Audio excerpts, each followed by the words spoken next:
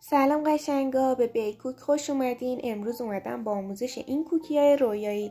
با لایک و سابسکرایب به من انرژی بدین تا بریم که شروع کنیم. 1 و 1/2 لیوان آرد، نصف لیوان شکر، 1 عدد تخم مرغ، 3 قاشق غذاخوری شیر، 3 قاشق غذاخوری پودر کاکائو، 80 گرم کره به دمای محیط رسیده، رنگ ژله‌ای خوراکی، 1 قاشق چایخوری وانیل و بیکینگ پودر، 3-4 قطره هم سرکه سفید. ابتدا سرکه سفید رو به شیر اضافه کنید و کنار بذارید. کره همدمای محیط رو کمی بزنید و دورگیری کنید.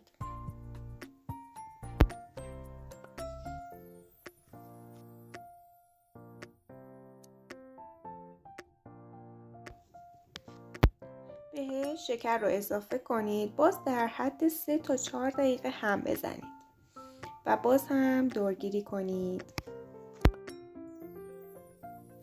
حالا تخم مرغ و وانیل رو اضافه می کنیم، هم می زنیم.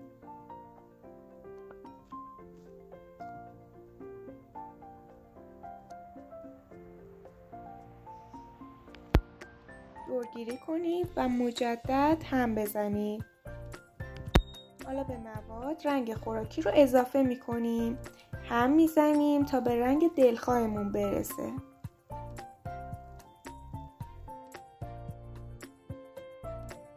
برای تثبیت رنگ شیر و سرکه رو به مواد اضافه می کنیم. حالا آرد و بیکینگ پودر و پودر کاکائو رو طی چند مرحله به موادمون اضافه می کنیم و به کمک لیستک مخلوط می کنیم. و در آخر شکلات‌های چیپسی رو به خمیرمون اضافه می‌کنیم. مقداری از مواد رو برمی‌داریم و گرد می‌کنیم. میره داخل فر از قبل گرم شده به مدت 7 تا 10 دقیقه با دمای 170 درجه.